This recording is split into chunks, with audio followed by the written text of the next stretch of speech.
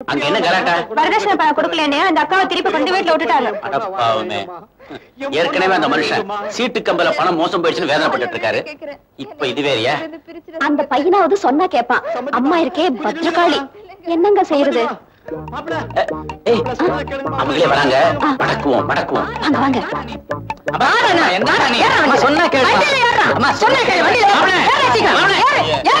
எங்க போறீங்க மாப்பிள? ஊருக்கு சார். ஊருக்கா?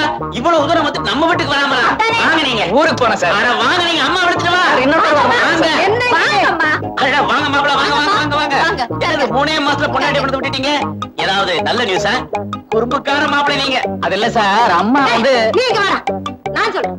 ஏங்க நீங்களே நியாயத்தை சொல்லுங்க. 10,000 ரூபாய் வரதட்சணை கொடுக்கறதா பேச்சு. கல்யாணத்தன்னைக்கு 10,000 ரூபாய் பெரட்ட முடியல, 5,000 தான் கிடைச்சது. மிச்ச 5,000 2 மாசத்துல கொடுக்கறேன்னு சொன்னாரு. நானும் நல்ல பெரிய மனசு பண்ணி கற்றா தாலியான்னு சொன்னேன். மாசம் 3 ஆச்சு. மாசம் 3 ஆச்சா? நல்ல நியூஸ், கங்க்ராச்சுலேஷன்ஸ். ஐயோ, கல்யாணம் ஆகி 3 மாசம் ஆச்சுன்னு சொல்றாங்க.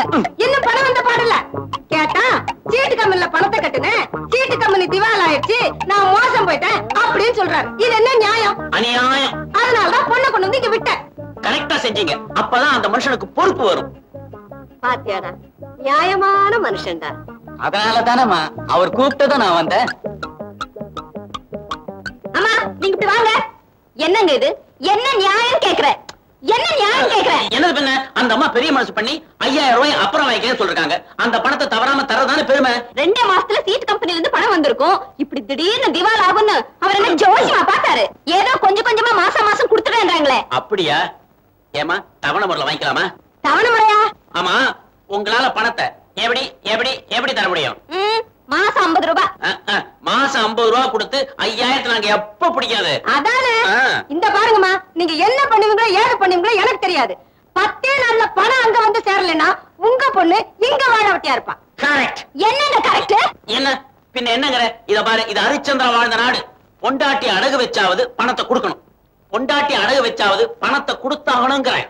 ஓஹோ, அப்படின்னா பொண்ணு கொஞ்சம் துணிச்சல இறங்கணும், அவ்வளவுதானே? அவ்வளவுதான். அத நான் பாத்துக்கிறேன். மாப்பிள, ஒரு நாளைக்கு 500 ரூபாய்னா 10 நாளைக்கு 5,000. அவ்வளவுதான்.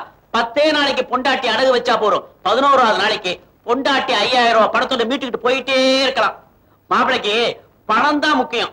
பத்தினி பொண்டாட்டி தேவையில்லை, வெறும் பொண்டாட்டியே போதுங்கிறாரு. எங்கடா போற? பணம் வரலடா, இன்னும் போறடா.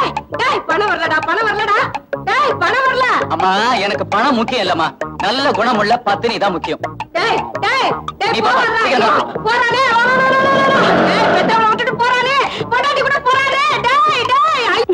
இந்த மாதிரி மாமியாருங்க இருக்கிறதுனாலதான் வரதட்சணை கொடுமையால சில மருமகளுங்க தன்னையே அடகு வச்சுக்கிறாங்க. நல்லவேளை இந்த பையன் கொஞ்சம் ரோஷம் இருந்ததோ, அந்த பொண்ணு பொழைச்சதோ. ஆமா, எல்லாத்தையும் இவ்வளவு பிரமாதமா செஞ்சு பிடிச்சிருக்கேனே, எனக்கு ஒன்னும் பிரசன்டேஷன் கிடையாதா? இப்ப சாருக்கு என்ன வேணும்? ஒரு கிளிங் கிளிங்.